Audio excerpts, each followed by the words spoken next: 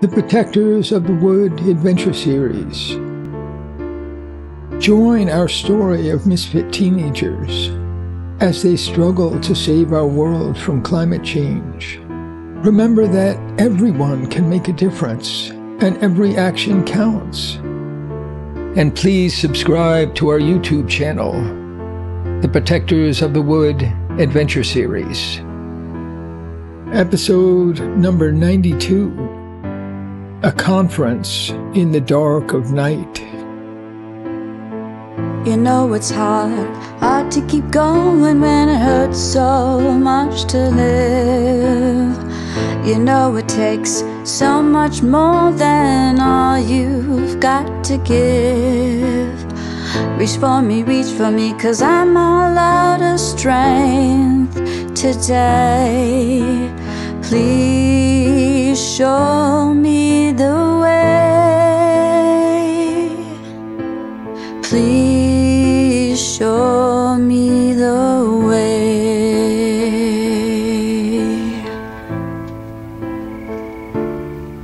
After drinking the strong black tea, Abby felt ready for her midnight adventure.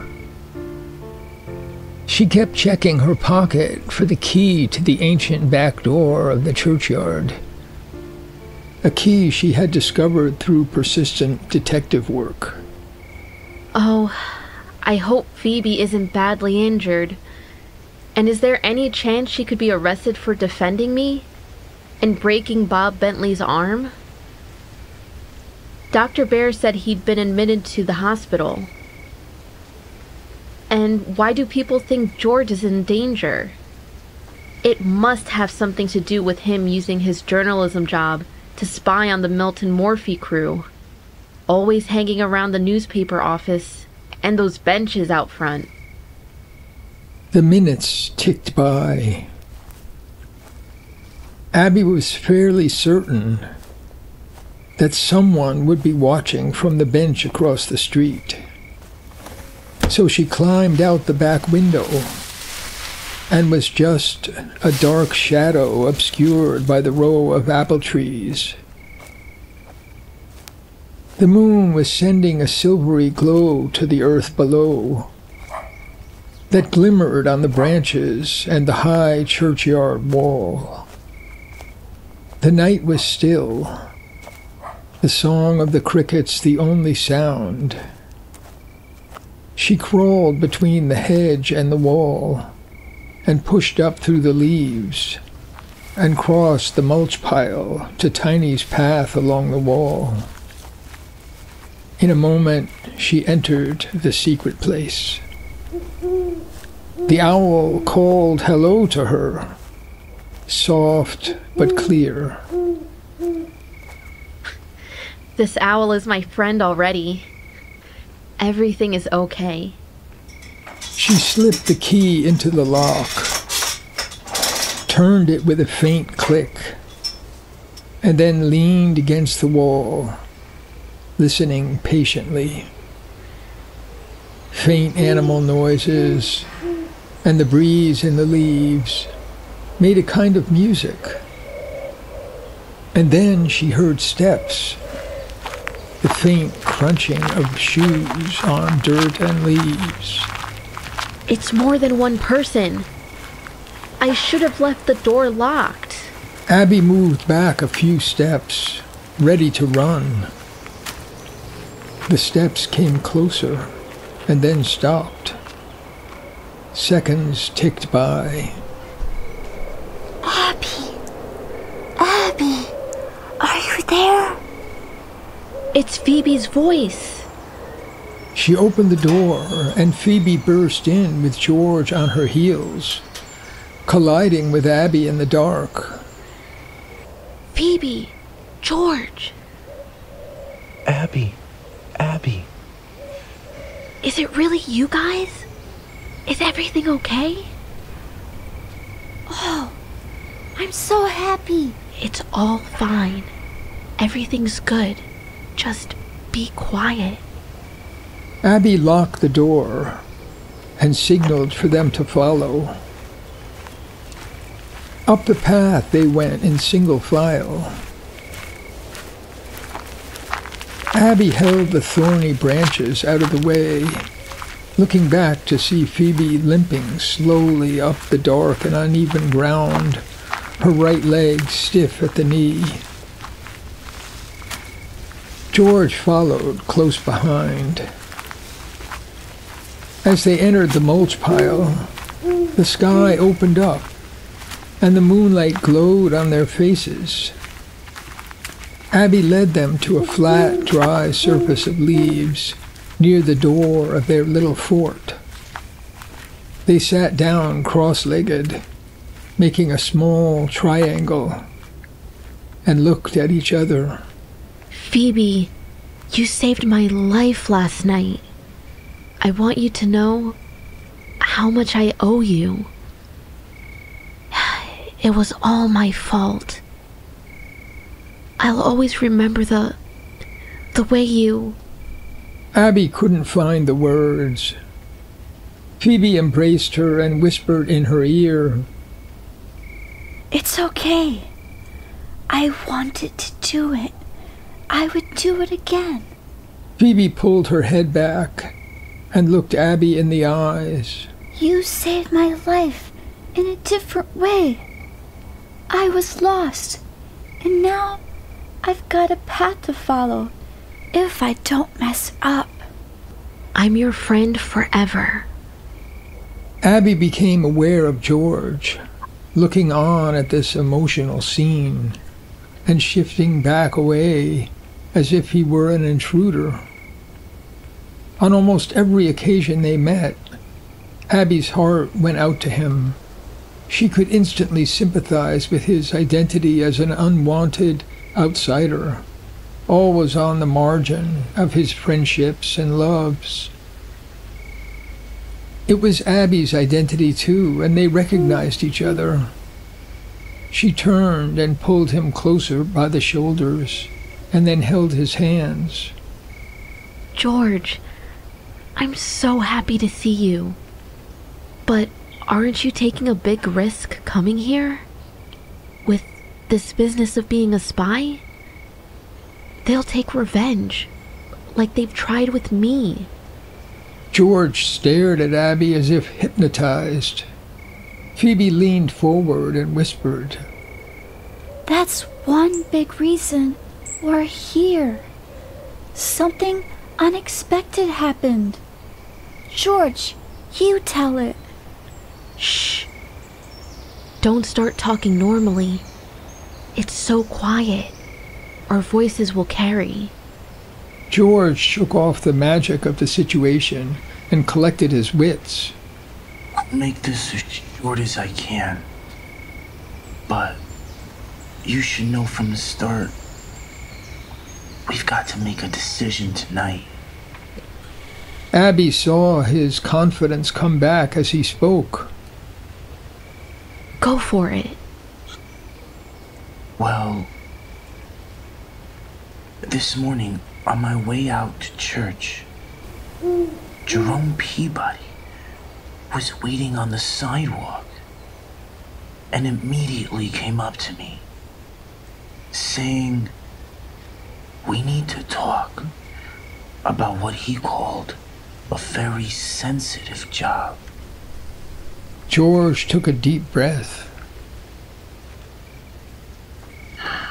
So we crossed the street to his office, and he walked me into the back room, and who should be sitting there but Milton Morphy.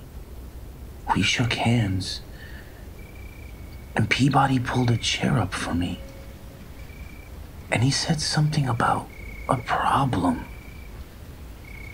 and Morphy just goes off with this angry voice saying, "You betrayed me.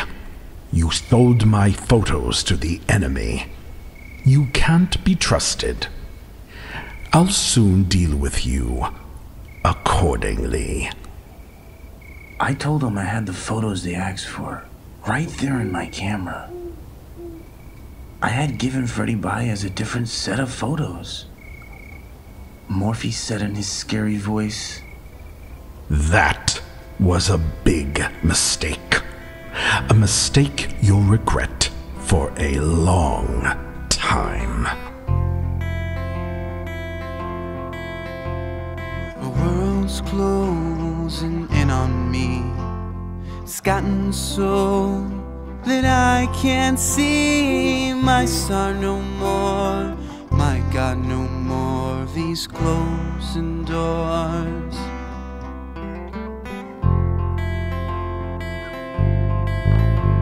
And I don't know what to say, but my thoughts, they won't play like they used to in my mind. And I sit here and sigh, just wasting my time. At that point, I got angry, and I told him that I'm not under any exclusive contract, and that I earned 10 times more money from Freddie Baez in an hour than I made from their newspaper over the last 3 months. I said, I'm not interested in being a cashier at a supermarket my whole life. I want to be a musician. I want to be a photographer. I want to afford my own place to live, and frankly, I told him, working for the Middletown Standard isn't helping me much. So, if you prefer, we'll just part ways. And I stood up. Jerome Peabody got all frantic and said, "You shouldn't talk to Mr. Morphe that way. It could ruin me forever." But Morphe waved him off and said, No, Jerome. I understand. The boy has ambitions. He wants to make money. Well, to rush over this long conversation, he came to what was really on his mind. He wants me to do a job that he said would take skill and earn more money than I'd ever dreamed of. First, he warned me that one of his colleagues had been hospitalized with a serious injury. And he knew that Phoebe hit him with a club and broke his arm. The man needs an operation to set the bone, Murphy said. Some believe she deserves to be charged with assault and go to prison. But I realized there were people in our town who got a little, hysterical. So she might have thought she was defending herself. Plus, she was, hit in the face the day before.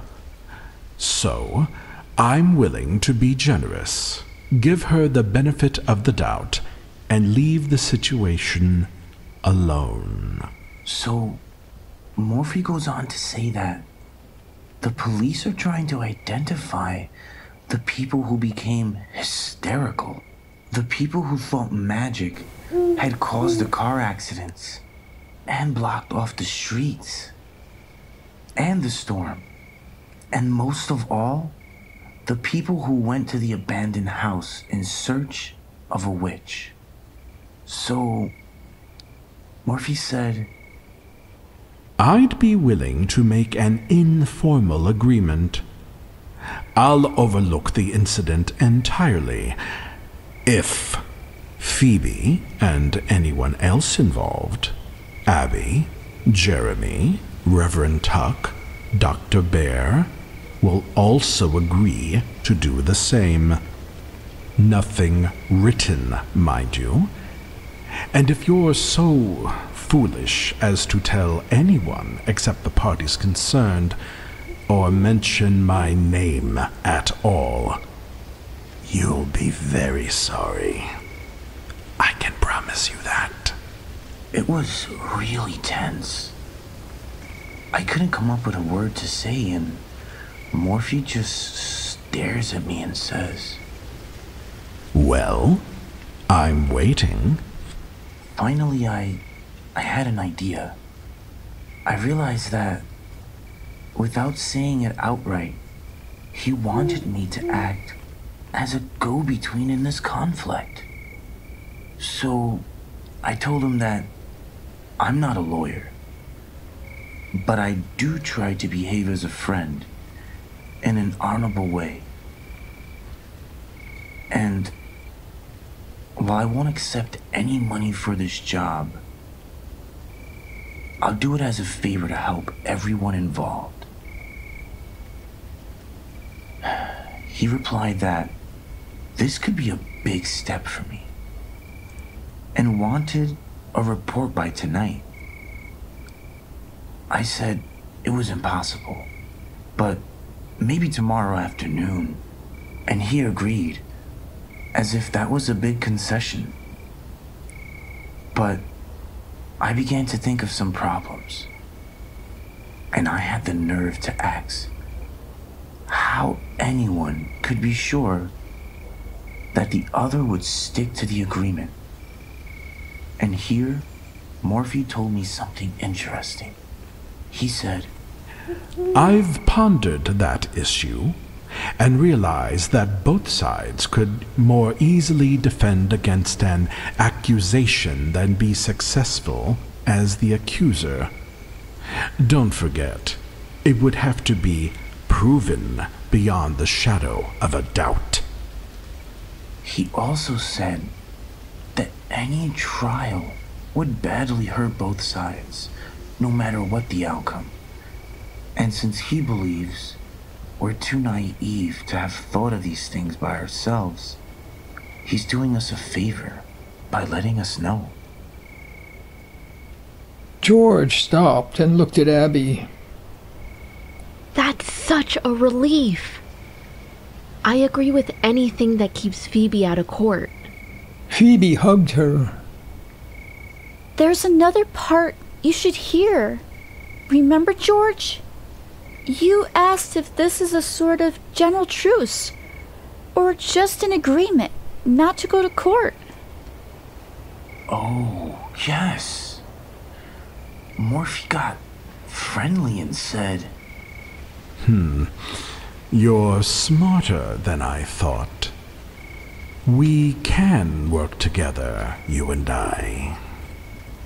He pointed out that we have common ground right now to let this problem blow over. But disagreements will of course rise again further down the road. And then he opened his hands and said, But I do wish to demonstrate my goodwill, so I'll allow the toy store and the coffee shop to reopen, just to help heal these wounds more easily. Now, what do you make of that? Can we trust him? I mean, we know what his big plan is, and he's not going to stop. That's what I say. I've thought it over word by word. Of course, he hasn't changed his plan. He's cold and angry, and when he talks, his hands move like a karate chop. He's not giving an inch out of goodwill. I bet the Department of Health is letting the stores reopen anyway. But Morphe's a lawyer and super successful businessman, rich beyond anything we can conceive of. He didn't get there by beating his head against a brick wall. He can adjust his plan and retreat when he needs to. It's clear he sees the situation as a mistake and wants to retreat. If he thought there was anything to gain by attacking us, he would have done so. Our only question is this: will we also lose by attacking? Morphe can tell the truth when it's to his advantage. You know, Geraldine gave me the same advice a few hours ago. Do we want to spend the next couple of years tied up in court and probably accomplish nothing? A lot of people will get hurt. And I should tell the both of you that this youth council event the day after tomorrow has got me thinking. I spent the first 10 years of my life in Rivergate. I remember Pastor Banks. And you may not know that many of the people in Rivergate, at the time the cabins and the old Georgie house were burned. Ah, I'm beginning to understand. Abby leaned forward. Now, another important piece of history. The haunted house where I was living used to be a Georgie house, a place where the family stayed during the winter to be near town. Do we want all this coming out in a trial? Given our mission as it stands, I don't think we do. Not at all.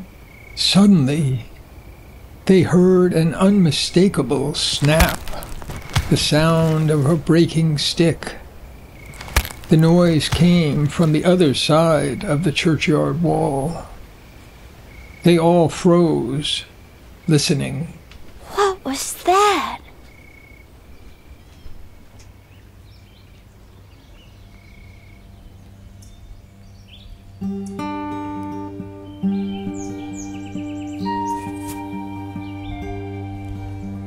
Hands down, we'll never make it through this place alive. We never knew that the avenue went down this awful dive. Hang on, I can't see no bottom, getting ready to fall. No time to pray, and I'll just say my love to you all. The beauty of time passing, it flies before our eyes. We never saw in this way before the wonder of our lives. Everything to love, everything to fear.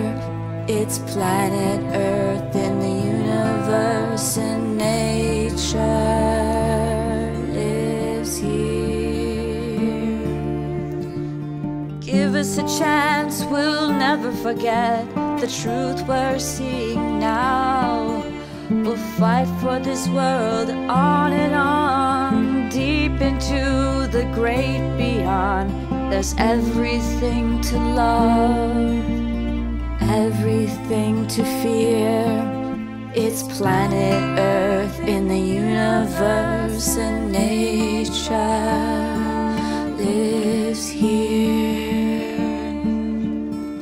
See the years for life to grow, 1 billion more for all we know. Working through the pain and fear, see the world through your tears. It's planet Earth in the universe, and nature lives here. Trillions of living things are everywhere around. Our lives are all planted deep into the sacred ground. There's everything to love, everything to fear. It's planet Earth in the universe, and nature lives here.